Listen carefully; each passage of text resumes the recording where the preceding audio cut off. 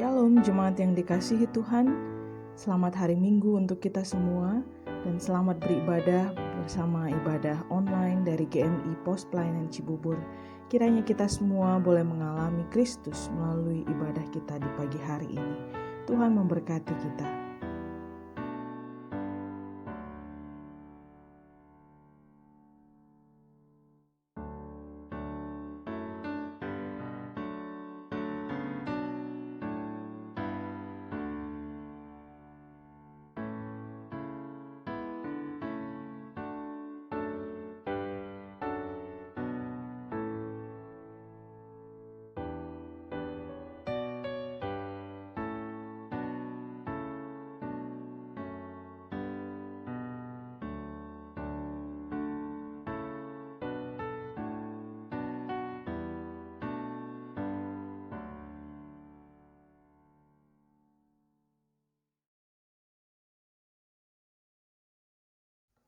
Saudara yang dikasihi Tuhan, pada hari Kamis lalu kita memperingati kenaikan Yesus ke sorga. Sejak peristiwa tersebut, wujud kehadiran Yesus di dunia memasuki babak baru. Para murid dan semua orang mengasihi Yesus menyesuaikan diri dengan kebiasaan baru. Mereka tidak lagi dapat berbicara, bertemu, mendengar, melihat, atau menyentuh secara langsung. Mereka seperti terpisah tetapi selalu bersama karena Yesus imanen, tidak pernah meninggalkan mereka sedetik pun. Paulus dalam bacaan kita hari ini meminta kepada Allah roh hikmat turun atas orang-orang percaya. Marilah umat yang dikasihi Kristus, kita bersama-sama memohon roh hikmat itu turun juga atas kita dan semua orang percaya. Dengarkanlah panggilan beribadah, jadikanlah hatiku tahir ya Allah, dan perbaharuilah batinku dengan roh yang teguh. Mazmur 51 ayat yang ke-10.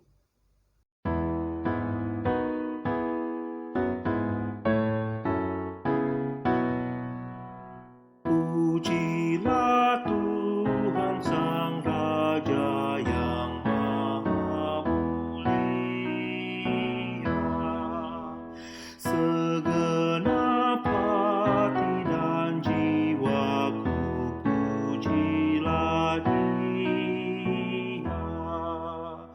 Datang bergaung, berilah musikmu bergaung, angkatlah puji-pujian.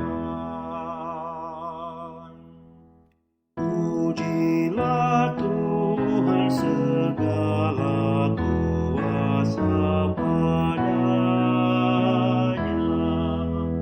sayap kasih-Nya yang aman mendukung anak-Nya. Tiada terpilih yang kepadamu diberi, tidakkah itu kau rasa? Pujilah Tuhan yang bijak mengubah tubuhmu, dalam kasih-Nya seluruh hidupmu tertuntun. Hatimu tahu berulang kali engkau oleh sayap-Nya terlindung. Mari berdoa. Bapa kami yang di surga, terima kasih Tuhan untuk kesempatan kami hari ini datang kepada Tuhan, memuji dan memuliakan nama Tuhan. Besar kasih-Mu atas kami semua, dan kami memuliakan Tuhan lewat ibadah kami pada hari ini. Terpujilah nama Tuhan, di dalam Kristus Yesus kami berdoa. Amin. Mari kita menaikkan Mazmur secara responsoria dari Mazmur 47. Untuk pemimpin biduan dari Bani Korah, Mazmur. Hai segala bangsa, bertepuk tanganlah. Sebab Tuhan yang maha tinggi adalah dahsyat. Ia menaklukkan bangsa-bangsa ke bawah kuasa kita. Ia memilih bagi kita tanah pusaka kita. Allah telah naik dengan diiringi sorak-sorai. Bermasmurlah bagi Allah, bermasmurlah. Sebab Allah adalah Raja seluruh bumi. Allah memerintah sebagai Raja atas bangsa-bangsa. Para pemuka bangsa-bangsa berkumpul. Sebab Allah yang empunya perisai-perisai bumi, Ia sangat dimuliakan.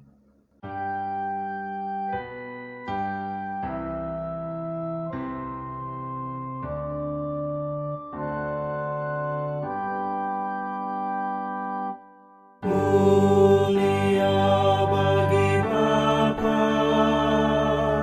bagi Anak serta Roh Kudus,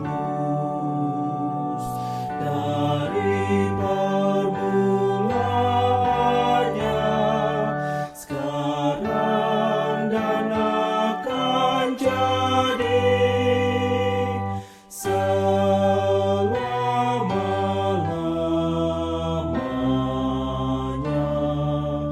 Amin.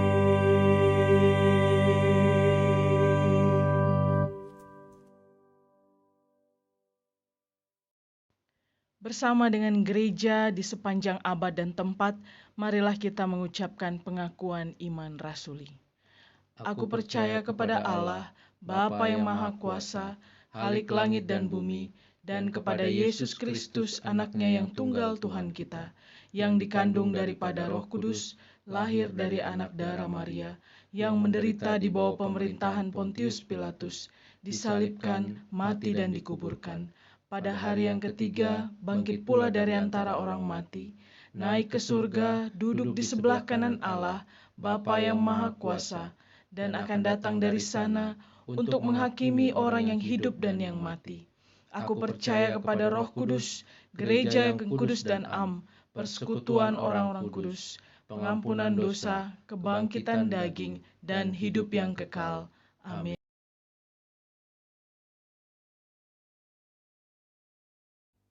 Saudara yang dikasihi Tuhan, marilah kita bersatu di dalam doa. Bapa kami yang di surga, kami mengucap syukur Tuhan atas kebaikan-Mu dalam kehidupan kami, yang saat ini mengizinkan kami untuk boleh mendengar akan firman Tuhan. Tolonglah kami dengan Roh Kudus-Mu, mengilhami kami sehingga kami boleh mengerti akan firman-Mu, terlebih kami juga boleh melakukan firman-Mu dalam kehidupan kami. Terpujilah nama-Mu, ya Allah Roh Kudus, kami berdoa. Amin. Firman Tuhan bagi kita pada hari ini diambil dari surat Paulus kepada jemaat di Efesus, pasal yang pertama ayat 15 hingga 21. Demikian firman Tuhan. Karena itu, setelah aku mendengar tentang iman-Mu dalam Tuhan Yesus dan tentang kasih-Mu terhadap semua orang kudus, aku pun tidak berhenti mengucap syukur karena kamu. Dan aku selalu mengingatkan kamu dalam doaku, dan meminta kepada Allah Tuhan kita, Yesus Kristus, yaitu Bapa yang mulia itu, supaya Ia memberikan kepadamu roh hikmat dan wahyu untuk mengenal Dia dengan benar. Dan supaya Ia menjadikan mata hatimu terang, agar kamu mengerti pengharapan apakah yang terkandung dalam panggilannya. Betapa kayanya kemuliaan bagian yang ditentukannya bagi orang-orang kudus, dan betapa hebat kuasanya bagi kita yang percaya, sesuai dengan kekuatan kuasanya, yang dikerjakannya di dalam Kristus dengan membangkitkan Dia dari antara orang mati, dan mendudukkan Dia di sebelah kanannya di sorga. Jauh lebih tinggi dari segala pemerintah dan penguasa dan kekuasaan dan kerajaan dan tiap-tiap nama yang dapat disebut, bukan hanya di dunia ini saja, melainkan juga di dunia yang akan datang. Demikianlah firman Tuhan, yang berbahagia ialah mereka yang mendengar firman Tuhan dan yang melakukannya dalam kehidupannya sehari-hari. Haleluya. Saudara-saudara yang terkasih, dimanapun saudara-saudari saat ini mendengarkan khotbah melalui ibadah online ini, Tuhan memberkati kita sekalian dan Tuhan mengizinkan kita untuk disapa oleh firman-Nya pada hari ini. Saudara-saudari yang terkasih, hari ini tema khotbah yang akan saya bagikan adalah hidup dalam kebiasaan baru. Kebiasaan baru atau mungkin disebut sekarang terkenalnya new normal adalah kata kunci di masa pandemi COVID-19 saat ini. Selama pandemi, kita diharapkan untuk melakukan sebuah kebiasaan yang baru, sebut saja 5M. Hal-hal yang sebelumnya mungkin tidak biasa kita lakukan, tapi sekarang harus kita buat menjadi sebuah kebiasaan. Seperti misalnya mencuci tangan, memakai masker, menjauhi kerumunan. Dan mungkin yang paling sulit tentunya adalah menjaga jarak, yang dulunya bisa berpelukan atau jabat tangan, sekarang harus menjaga jarak. Lalu membatasi mobilitas, yang dulunya setiap hari ke pasar, ke kantor, ke mall, atau ke tempat-tempat wisata, sekarang semuanya harus dibatasi. Ini merupakan sebuah kebiasaan baru yang harus kita lakukan dalam rangka memberantas penyebaran virus COVID-19. Nah, menariknya jika kita lihat respons masyarakat, ini berbeda-beda, saudara-saudara. Ada yang melakukannya dengan mudah, nyaris tanpa beban, tapi ada juga yang melakukannya dengan gagap begitu ya, belum biasa, masih lupa-lupa. Bahkan ada juga yang secara frontal menolak melakukan karena merasa tidak sreg dan bertolak belakang dengan apa yang dia yakini.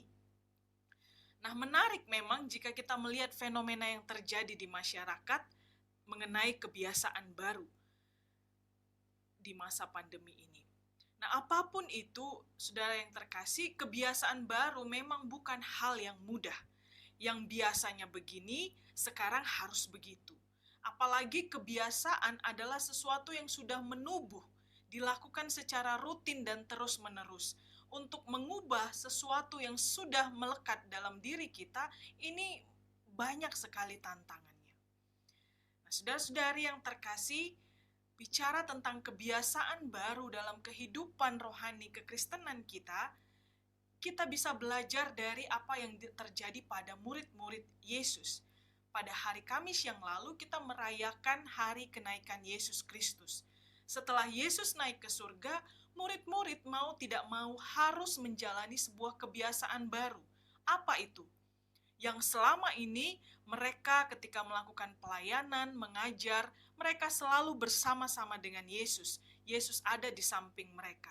Akan tetapi, sekarang Yesus sudah naik ke sorga dan mereka tidak lagi bisa mudah memanggil nama Yesus, berseru kepada Yesus supaya segera datang, atau bertanya kepada Yesus. Semua harus mereka lakukan tanpa kehadiran Yesus di samping mereka.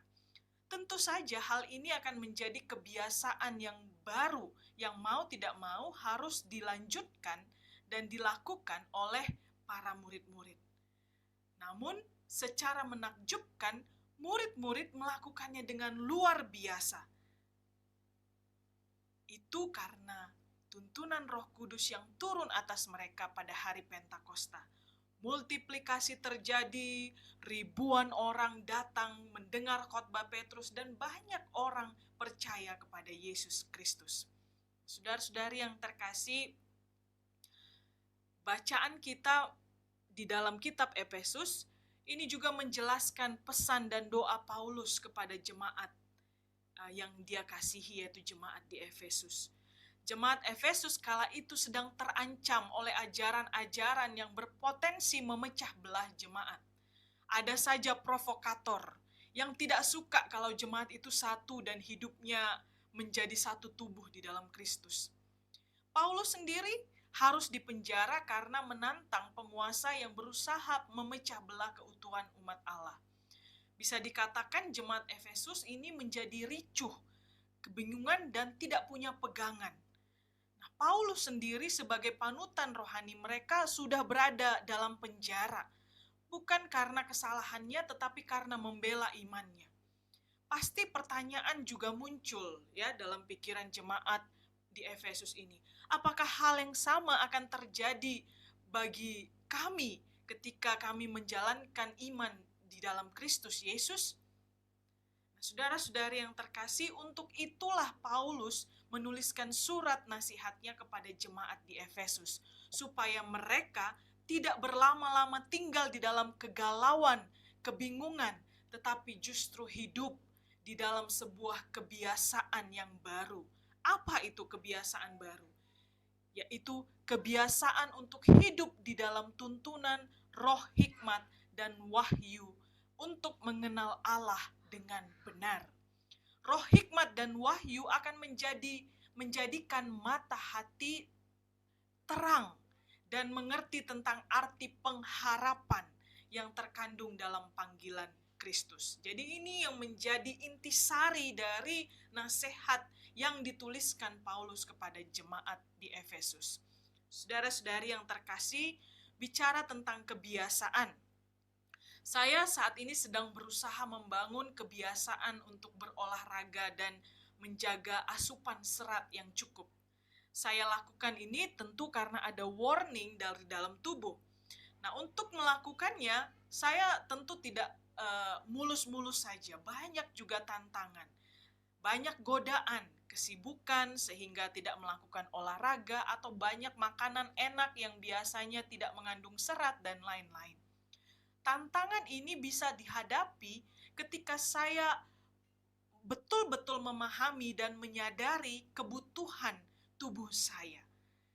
Pemahaman dan kesadaran tersebut inilah justru yang menolong saya untuk bisa melakukan kebiasaan ini secara terus-menerus. Saya tahu jika tidak dilakukan, maka kemungkinan besar warningnya akan muncul kembali. Oleh sebab itu, sampai sekarang sedikit demi sedikit kebiasaan baru itu mulai saya jalani. Jadi saudara-saudara, pemahaman itu penting. Di dalam kitab Efesus yang tadi kita baca, Paulus berdoa supaya jemaat di Efesus memiliki pemahaman ya yang dituntun oleh roh hikmat dan wahyu untuk mengenal Allah secara benar. Nah, pemahaman yang dimaksudkan oleh Paulus di sini di dalam ayat yang ke-18, supaya ia menjadikan mata hatimu terang agar kamu mengerti. Nah, saudara-saudara, kata mengerti di sini kata dasarnya adalah oida. Dari bahasa Yunani, ini artinya sungguh-sungguh melihat, benar-benar paham. Nah, menurut Paulus, jemaat di Efesus memerlukan oida ini supaya mereka bisa bertahan. Mereka perlu oida supaya bisa membedakan mana provokasi, mana solusi, mana jalan yang benar. Pemahaman akan panggilan kita sebagai orang Kristen ini akan menolong kita mampu menjalani hidup kita yang selalu penuh dinamika. Kita perlu oida ini. Ya, jika kita mengerti panggilan orang Kristen, maka kita tidak langsung mudah menyerah ketika ada kesukaran. Jika kita paham siapa Kristus, kita tidak mudah berpaling ketika kita mendapat tantangan. Jika kita tahu arti kebangkitan Kristus, maka kita mengerti arti kemenangan dalam Kristus. Saudara-saudari yang terkasih, oida atau mengerti, paham, atau sungguh-sungguh melihat, artinya melihat sesuatu tidak seperti orang lain pada umumnya melihat. Atau mengerti sesuatu tidak seperti orang lain pada umumnya mengerti. Tetapi sungguh-sungguh melihat.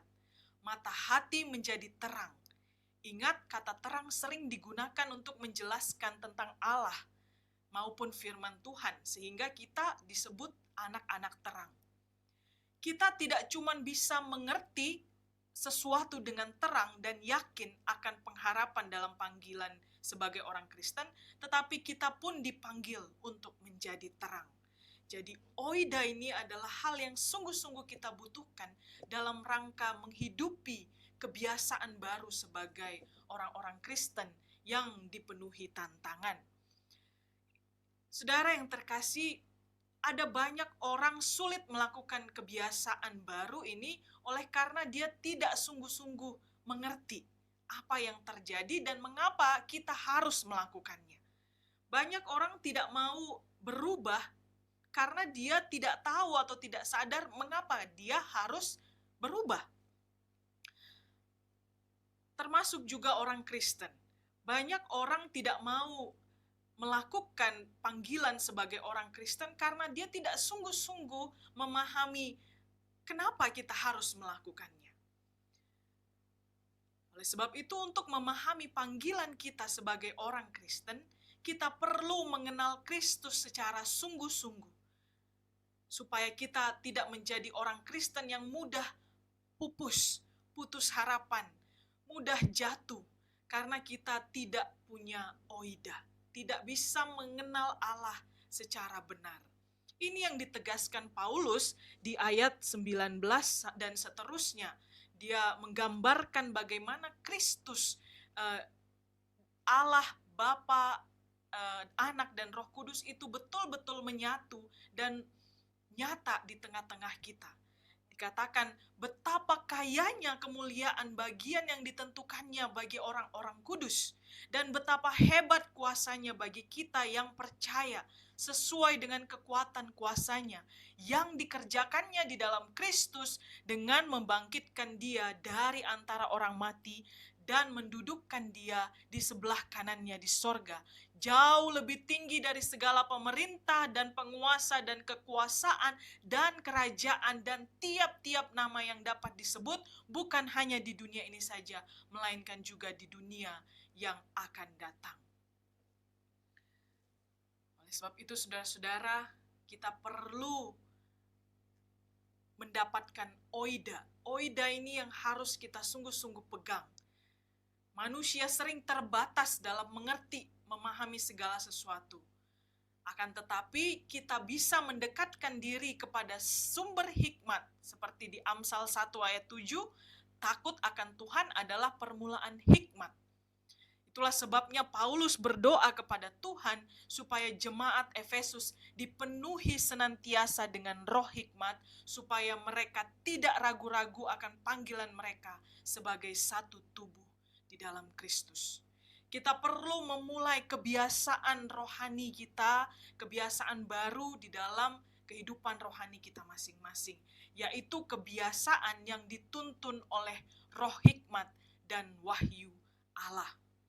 Oleh sebab itu, saudara-saudara yang terkasih, pertama, kita harus ingat bahwa ketika Yesus naik ke surga, pesan yang diberikannya adalah bahwa Ia akan menurunkan pribadi yang akan terus menyertai dan memberikan kuasa atas kita dalam melakukan tugas dan panggilan kita, yaitu Roh Kudus.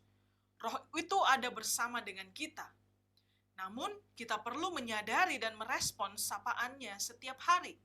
Jika tidak, maka kita biasanya sulit merasakan kehadiran dan tuntunan Roh Kudus tersebut. Kalau kita lihat murid-murid di kitab Kisah Para Rasul, bagaimana pelayanan mereka ketika dipimpin oleh Roh Kudus, ini sungguh-sungguh luar biasa. Terjadi multiplikasi dan semakin banyak orang yang datang dan mengenal Kristus. Oleh sebab itu, ketika Yesus berkata bahwa Roh Kudus akan turun atas kita dan memberikan kita kuasa, ini bukan take it for granted. Kita harus sungguh-sungguh berdoa dan meminta supaya Roh Kudus menuntun kehidupan kita dan menolong kita di dalam kehidupan kita sehari-hari. Inilah yang dimaksudkan Paulus ketika dia berdoa kepada Tuhan supaya roh hikmat itu turun atas jemaat Efesus, supaya mereka dikuasai oleh hikmat dari Tuhan, tidak dikuasai oleh pikiran-pikiran manusiawi mereka. Oleh sebab itu, kebiasaan baru yang harus dijalani adalah berdoa, berdoa, dan berdoa tanpa henti. Mother Teresa berkata, buah keheningan adalah doa, dan buah doa adalah iman. Buah iman adalah cinta, buah cinta adalah pelayanan, dan buah pelayanan adalah damai. Dan yang kedua, wahyu, ya. Yang pertama tadi roh hikmat, yang kedua kita perlu tuntunan wahyu. Wahyu dari Allah ini diturunkan dari sejak zaman dahulu, zaman nabi-nabi sampai masa kini. Wahyu adalah penyataan diri Allah. Allah menyatakan diri dari sejak dahulu, sekarang, bahkan sampai masa yang akan datang. Oleh sebab itu, bertekun dalam membaca Alkitab akan menolong kita melihat bagaimana Allah menyapa umatnya secara berbeda-beda di segala waktu dan tempat. Nah, cara Allah menyatakan diri pada Musa berbeda dengan bagaimana Allah menyatakan diri pada Abraham. Begitu juga dengan setiap kita yang mendengar saat ini. Allah mungkin telah menyapa kita dengan caranya yang berbeda-beda. Namun yang perlu kita ingat bahwa pernyataan Allah kepada umatnya ini menunjukkan bahwa Ia adalah Allah yang dekat dengan kita. Ia bahkan datang dan menghampiri kita. Ia bukan Allah yang jauh dan bukan pula Allah yang tidak terjamah. Oleh sebab itu, kebiasaan baru yang harus kita jalani adalah bertekun dalam pembacaan Alkitab, supaya kita bisa mengetahui bagaimana Allah menyapa umatnya dan menunjukkan kuasanya di dunia. Mazmur 119 ayat 105 berkata, "Firman-Mu pelita bagi kakiku dan terang bagi jalanku." Saudara-saudari yang terkasih, marilah kita memulai kebiasaan baru ini dengan sungguh-sungguh. Kebiasaan yang dituntun oleh roh hikmat dan wahyu Allah. Maka kita akan diterangi dan mampu bersikap di tengah goncangan iman dan perpecahan seperti yang dialami oleh jemaat Efesus. Termasuk juga goncangan iman oleh karena adanya provokator-provokator atau haters di sekitar kita. Tetaplah setia pada panggilan kita sebagai orang-orang Kristen, apapun tantangannya. Biarlah dirimu senantiasa dipimpin oleh roh hikmat dan wahyu Allah, supaya mata hatimu menjadi terang dan sungguh-sungguh melihat. Bahkan kehadiran kita pun bisa membawa terang bagi orang-orang yang sedang berada dalam pergumulan. Tuhan memberkati dan memampukan kita. Amin. Mari kita berdoa. Terima kasih Bapa di surga untuk firman-Mu yang boleh kami dengar. Biarlah firman-Mu ini boleh menjadi kekuatan tuntunan bagi kami untuk menjalani kehidupan kami sebagai orang Kristen. Terima kasih Bapa di surga, di dalam Kristus Yesus kami berdoa dan bersyukur. Amin.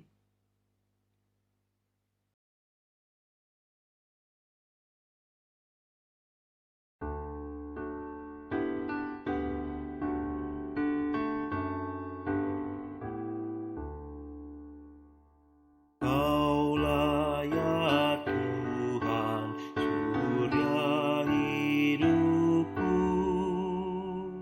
Asal Kau ada, yang lain tak perlu. Siang dan malam Engkau ku kenang. Di hadirat-Mu jiwaku tenang. Kaulah hikmat-Ku, firman hidupku. Kau besertaku dan ku serta-Mu. Engkau Bapa-Ku, aku anak-Mu. Dengan-Mu Tuhan, ku satu penuh. Kaulah bagiku tempat berteduh. Kaulah perisai dan benteng teguh. Sukacitaku kekal dalam-Mu.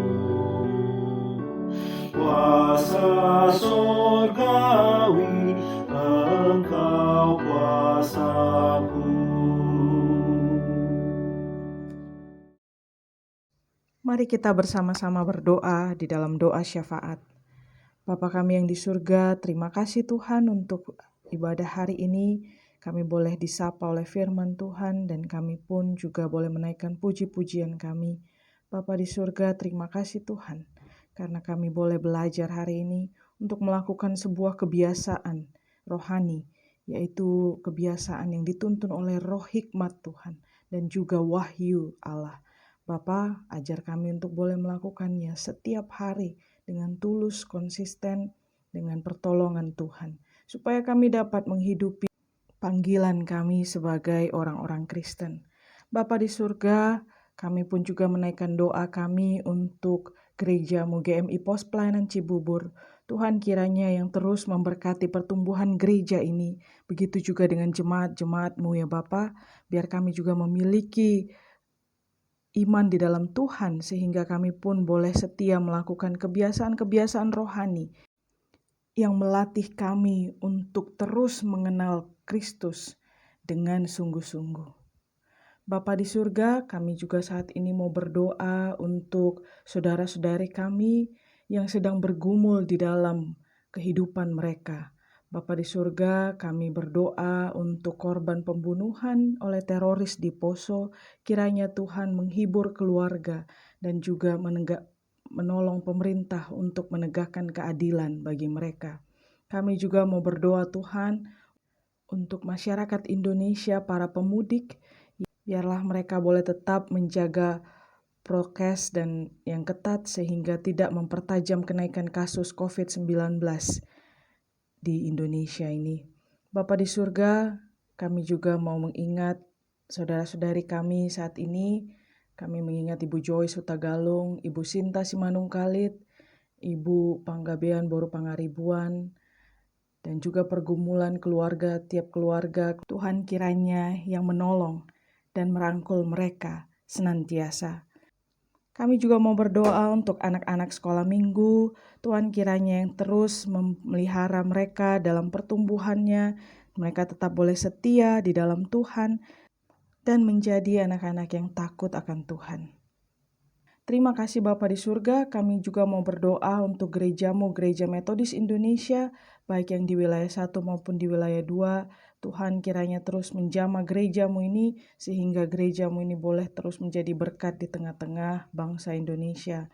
Secara khusus kami juga mau berdoa untuk konferensi distrik dan konferensi tahunan, begitu juga dengan konferensi agung yang akan dilaksanakan pada tahun ini. Tuhan kiranya yang memberkati proses persiapan panitia supaya konferensi ini boleh berjalan seturut dengan kehendak Tuhan dan boleh menjadi sarana anugerah bagi setiap orang yang menghadiri, begitu juga dengan seluruh warga Gereja Metodis Indonesia. Terima kasih ya Tuhan, inilah doa kami yang kami naikkan dengan segenap hati kami di dalam Kristus Yesus Tuhan dan Juru Selamat kami yang sudah mengajarkan kami berdoa. Bapa kami yang di surga, dikuduskanlah namamu, datanglah kerajaan-Mu, jadilah kehendak-Mu di bumi seperti di surga. Berikanlah kami pada hari ini makanan kami yang secukupnya, dan ampunilah kami akan kesalahan kami, seperti kami juga mengampuni orang yang bersalah kepada kami. Dan janganlah membawa kami ke dalam pencobaan, tetapi lepaskanlah kami daripada yang jahat, karena Engkaulah yang punya kerajaan dan kuasa dan kemuliaan sampai selama-lamanya. Amin. Saudara yang dikasihi Tuhan, kita sebagai orang-orang Kristen memerlukan hikmat dari Allah. Dan hikmat itu datang dari roh hikmat dan wahyu Allah untuk mengenal Allah dengan benar. Oleh sebab itu, dalam menjalani kebiasaan kita sebagai orang Kristen, marilah kita berjalan dengan tuntunan roh hikmat dan wahyu Allah. Sebab itu, jalanilah hidupmu dengan kebiasaan baru, yaitu berdoa, mendekatkan diri kepada sang sumber hikmat, atau roh hikmat itu, dan bertekun dalam Alkitab, untuk kita bisa mengenal wahyu atau penyataan Allah kepada umat manusia di tengah-tengah dunia ini. Kiranya Tuhan menolong kita, memampukan kita untuk menjalani kebiasaan baru di tengah-tengah kehidupan rohani kita. Amin.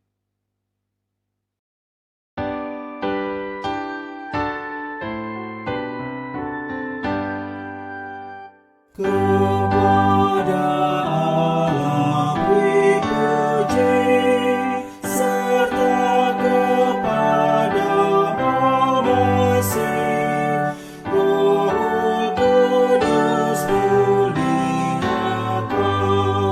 berkuasa dan berkasihan. Amin.